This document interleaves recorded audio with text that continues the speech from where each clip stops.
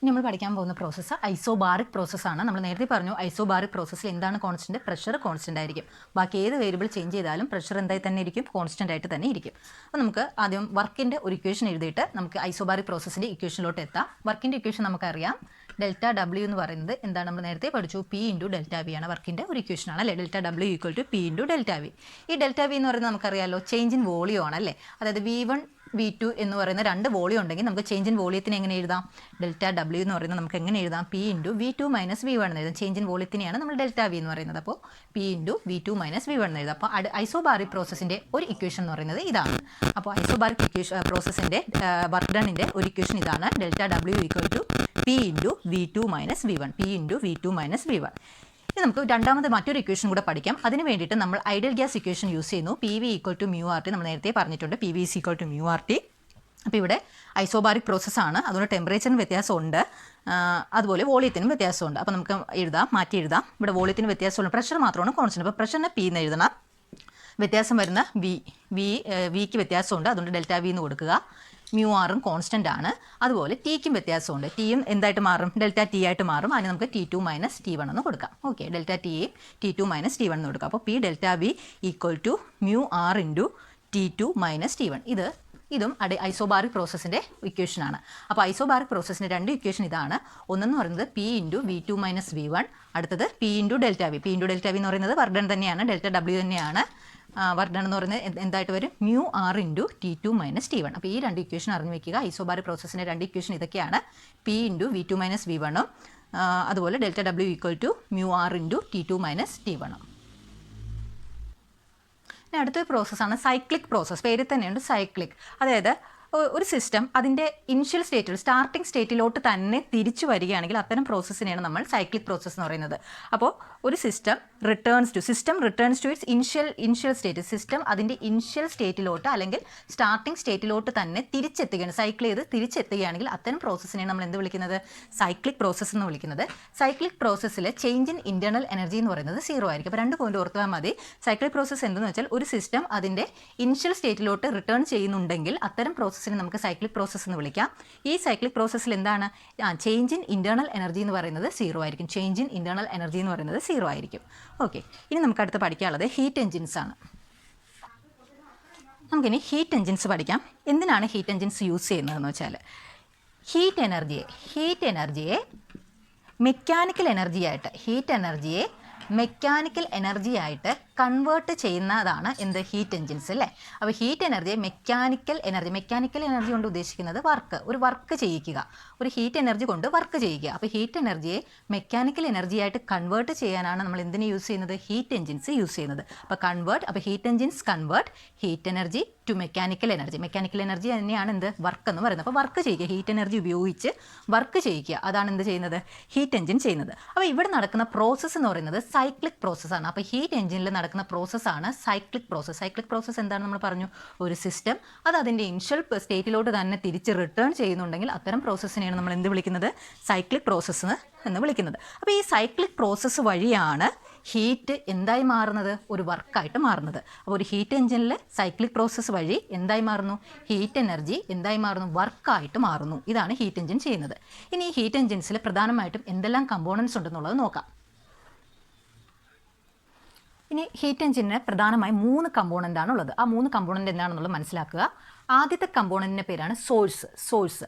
ഈ സോഴ്സ് എന്ന് പറയുന്നത് അതിന് മറ്റൊരു പേരുണ്ട്, ഹോട്ട് റിസർവോയർ എന്നും പറയും. Hot reservoir. അപ്പോൾ ആദ്യത്തെ കമ്പോണൻ്റ് എന്ന് പറയുന്നത് സോഴ്സാണ്. ഹോട്ട് റിസർവോയർ എന്നും അറിയപ്പെടും. ഹോട്ട് റിസർവോയർ എന്ന് പറയുമ്പോൾ തന്നെ നമുക്കറിയാം അവിടുത്തെ ടെമ്പറേച്ചർ എന്ന് പറയുന്നത് ഹൈ ആയിരിക്കും. ഓക്കെ, അപ്പോൾ ഹൈ ടെമ്പറേച്ചറിൽ ഇരിക്കുന്ന T1 എന്ന് പറയുന്ന ഒരു ഹോട്ട് റിസർവോയർ ഉണ്ട്. അതിന് നമ്മൾ മറ്റൊരു പേരുണ്ട് സോഴ്സ്. അതാണ് അതിൻ്റെ ആദ്യത്തെ കമ്പോണൻറ്റ്. ഹീറ്റ് എൻജിൻ്റെ ആദ്യത്തെ കമ്പോണൻറ്റ് എന്ന് പറയുന്നത് സോഴ്സാണ്. അത് ഹോട്ട് റിസർവോയർ ആണ്. അതിൻ്റെ ടെമ്പറേച്ചർ എന്ന് പറയുന്നത് ഹൈ ടെമ്പറേച്ചറാണ്. T1 എന്ന് പറയുന്ന ഒരു ഹൈ ടെമ്പറേച്ചറിലാണ് സോഴ്സ് ഇരിക്കുന്നത്. ഇനി രണ്ടാമത്തെ കമ്പോണൻ്റ് ആണ് വർക്കിംഗ് സബ്സ്റ്റൻസ്. വർക്കിംഗ് സബ്സ്റ്റൻസ് എന്ന് പറയുമ്പോൾ നമ്മൾ ഓർക്കുക ഫ്യൂവൽ ആണെന്നുള്ളത് ഓർക്കുക. വർക്കിംഗ് സബ്സ്റ്റൻസ് ഡീസൽ എഞ്ചിൻ്റെയൊക്കെ കേസിലാണെങ്കിൽ, ഡീസൽ എഞ്ചിൻ എന്ന് പറയുന്നത് ഒരു ഹീറ്റ് എഞ്ചിനാണ്. അപ്പോൾ ആ ഡീസൽ എഞ്ചിൻ്റെ കേസിൽ ഇവിടുത്തെ വർക്കിംഗ് സബ്സ്റ്റൻസ് എന്ന് പറയുന്നത് ഫ്യൂവലിൻ്റെ വേപ്പറും എയറും കൂടെ ചേർന്ന മിക്സ്ചറാണ് വർക്കിംഗ് സബ്സ്റ്റൻസ് ആയിട്ട് യൂസ് ചെയ്യുന്നത്, ഫ്യൂവൽ ഫ്യൂവലായിട്ട് യൂസ് ചെയ്യുന്നത്. അപ്പോൾ ഫ്യൂവൽ വേപ്പറും എയറും ആണ് ഡീസൽ എഞ്ചിൻ്റെ കേസിലുള്ള വർക്കിംഗ് സബ്സ്റ്റൻസ്. ഇനി സ്റ്റീം എഞ്ചിൻ്റെ കേസിലാണെങ്കിൽ അവിടുത്തെ വർക്കിംഗ് സബ്സ്റ്റൻസ് എന്ന് പറയുന്നത് സ്റ്റീമാണ്. അപ്പോൾ വർക്കിംഗ് സബ്സ്റ്റൻസ് എന്ന് പറയുന്നത് ഡീസൽ എഞ്ചിനിൽ ഫ്യൂവൽ വേപ്പറും എയറുമാണ്. സ്റ്റീം എഞ്ചിൻ്റെ കേസിലാണെങ്കിൽ സ്റ്റീമാണ് അവിടുത്തെ വർക്കിംഗ് സബ്സ്റ്റൻസ്. അതാണ് രണ്ടാമത്തെ കമ്പോണൻറ്റ്. മൂന്നാമത്തെ കമ്പോണൻറ്റിൻ്റെ പേരാണ് സിങ്ക്. ഇതിനെ നമ്മൾ കോൾഡ് റിസർവോയർ എന്നും അറിയപ്പെടുന്നു. കോൾഡ് റിസർവോയർ എന്ന് പറയുമ്പോൾ നമുക്കറിയാം ലോ ടെമ്പറേച്ചറിലായിരിക്കും ഇരിക്കുന്നത് അല്ലേ. അപ്പോൾ ഇവിടുത്തെ ടെമ്പറേച്ചർ എന്ന് പറയുന്നത് ലോ ആണ്. T2 എന്ന് പറയുന്ന ഒരു ലോ ടെമ്പറേച്ചറിലാണ് സിങ്ക് ഇരിക്കുന്നത്. അപ്പോൾ ഈ ഹീറ്റ് എഞ്ചിൻ്റെ 3 കമ്പോണൻ്റാണുള്ളത്. ഒന്ന് സോഴ്സ്, ഹോട്ട് റിസർവോയർ എന്നറിയും, ഹൈ ടെമ്പറേച്ചറിലാണ്. രണ്ടാമത്തത് വർക്കിംഗ് സബ്സ്റ്റൻസ്. ഡീസൽ എഞ്ചിൻ്റെ കേസിലെ വർക്കിംഗ് സബ്സ്റ്റൻസ് എന്ന് പറയുന്നത് ഫ്യൂവൽ വേപ്പറും എയറുമാണ്. സ്റ്റീം എഞ്ചിൻ്റെ കേസിൽ സ്റ്റീമാണ് അവിടുത്തെ വർക്കിംഗ് സബ്സ്റ്റൻസ്. മൂന്നാമത്തെ കമ്പോണൻ്റ് എന്ന് പറഞ്ഞാൽ സിങ്ക് ആണ്. സിങ്കിനെ നമ്മൾ കോൾഡ് റിസർവോയർ എന്നറിയപ്പെടുന്നു. അതിൻ്റെ ടെമ്പറേച്ചർ എന്ന് പറയുന്നത് ലോ ടെമ്പറേച്ചറാണ്. T2 എന്ന് പറയുന്ന ലോ ടെമ്പറേച്ചറിലാണ് സിങ്ക് ഇരിക്കുന്നത്. ഇനി നമുക്ക് ഇതിൻ്റെ ഒരു ഡയഗ്രാമും കൂടി കണ്ടിട്ട് അതിൻ്റെ വർക്കിംഗ് എങ്ങനെയാണെന്നുള്ളത് നോക്കാം. ഇപ്പോൾ ഹീറ്റ് എഞ്ചിൻ്റെ 3 കമ്പോണൻറ്റ് വരച്ചിട്ടുണ്ട്. ഒന്ന് സോഴ്സ്, ഇത് വർക്കിംഗ് സബ്സ്റ്റൻസ് ആണ്, ഇത് സിങ്ക് ആണ്. സോഴ്സ് എന്ന് പറയുമ്പോൾ ഹൈ ടെമ്പറേച്ചറാണ്. ആ ഹൈ ടെമ്പറേച്ചറാണ് T1 എന്ന് കൊടുത്തിരിക്കുന്നത്. വർക്കിംഗ് സബ്സ്റ്റൻസ് എന്ന് പറയുമ്പോൾ ഫ്യൂവൽ ആയിരിക്കും. ഫ്യൂവലും എയറും ചേർന്നുള്ള മിക്സ്ചറാണെന്ന് ആലോചിക്കുക. സിങ്ക് എന്ന് പറയുമ്പോൾ ലോ ടെമ്പറേച്ചറിലുള്ള T2 ആയിട്ടുള്ള ഒരു കോൾഡ് റിസർവോയർ ആണ് സിങ്ക്. അപ്പോൾ ഈ 3 കമ്പോണൻ്റാണ് ഒരു ഹീറ്റ് എഞ്ചിനിലുള്ളത്. അപ്പോൾ ഇത് എങ്ങനെയാണെന്ന് വെച്ചാൽ ഇതാണ് വർക്കിംഗ് സബ്സ്റ്റൻസ്. അപ്പോൾ ഈ വർക്കിംഗ് സബ്സ്റ്റൻസിന് വേണ്ട ഹീറ്റ് ആര് കൊടുക്കും? സോഴ്സ് കൊടുക്കും. അപ്പോൾ സോഴ്സിൽ നിന്നും ഒരു Q1 എന്ന് പറയുന്ന ഹീറ്റ് വർക്കിംഗ് സബ്സ്റ്റൻസിലോട്ട് എത്തുകയാണ്. അപ്പോൾ എത്തുമ്പോൾ എന്ത് ചെയ്യും? ഈ വർക്കിംഗ് സബ്സ്റ്റൻസ് ഈ Q1 എന്ന് പറയുന്ന ഹീറ്റിനെ അബ്സോർബ് ചെയ്യുന്നു. ഈ സോഴ്സിൽ നിന്നുള്ള Q1 എന്ന് പറയുന്ന ഹീറ്റിനെ വർക്കിംഗ് സബ്സ്റ്റൻസ് അബ്സോർബ് ചെയ്യുന്നു. അബ്സോർബ് ചെയ്ത് എന്ത് ചെയ്യുന്നു? ഒരു വർക്ക് ചെയ്യുന്നു. അങ്ങനെ ഒരു വർക്ക് അവിടെ നടക്കുന്നു. അതിനുശേഷം അതിൽ നിന്നും കുറച്ച് Q2 എന്ന് പറയുന്ന കുറച്ച് ഒരു ഹീറ്റ് എന്ത് ചെയ്യുന്നു? സിങ്കിലോട്ട് റിലീസ് ചെയ്യുന്നു. അപ്പോൾ സോഴ്സിൽ നിന്നും Q1 heat working substance absorb ചെയ്ത് വർക്ക് ചെയ്യുന്നു. വർക്ക് ചെയ്തതിന് ശേഷം Q2 എന്ന് പറയുന്ന ഹീറ്റ് ഏതിലോട്ട് റിലീസ് ചെയ്യുന്നു?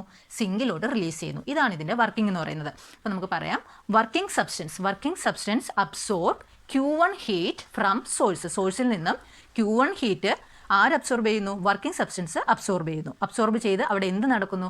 ഒരു വർക്ക് നടക്കുന്നുണ്ട് അല്ലേ. വർക്ക് മാത്രമല്ല നടക്കുന്നത്, അവിടെ എന്ത് ചെയ്യുന്നു?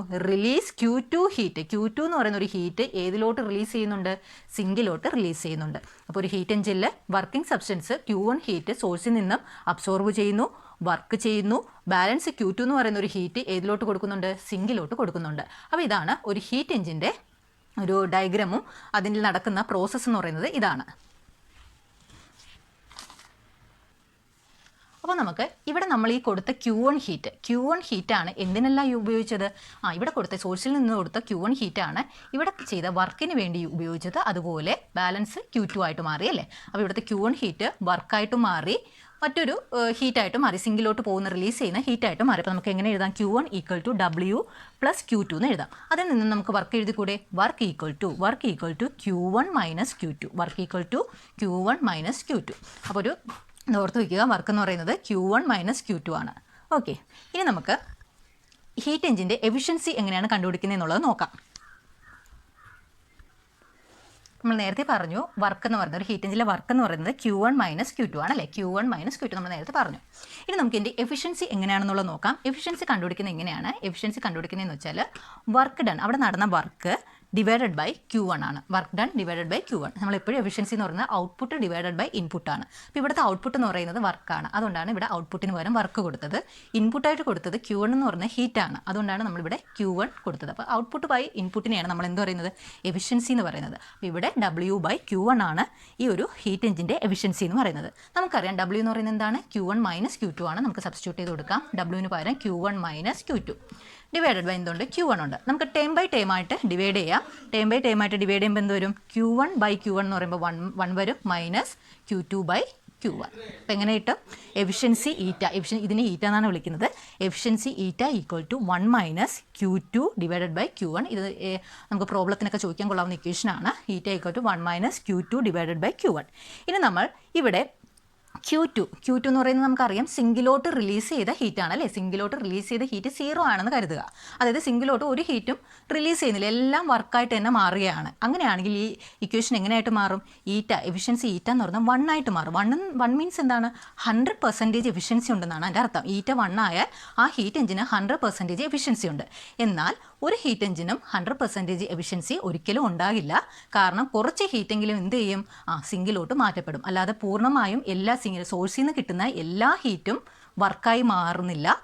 വർക്കായി മാറുന്നുണ്ടെങ്കിൽ നമുക്ക് എന്ത് പറയാൻ പറ്റുള്ളൂ, 100% അതിന് എഫിഷ്യൻസി ഉണ്ടെന്ന് പറയാൻ പറ്റുള്ളൂ. എന്നാൽ ഒരു ഹീറ്റ് എഞ്ചിനിലും കൊടുക്കുന്ന ഹീറ്റ് മൊത്തം വർക്കായി മാറുന്നില്ല. കുറച്ച് ഹീറ്റ് എന്ത് തന്നെയായിട്ട് മാറും, റിലീസായി പോവും, സിങ്കിലോട്ട് റിലീസായി പോവും. അപ്പോൾ ഇവിടുത്തെ എഫിഷ്യൻസി 100% എന്ന് പറയുന്ന കേസ് എന്ന് പറയുന്നത് പ്രാക്ടിക്കലി പോസിബിൾ അല്ല.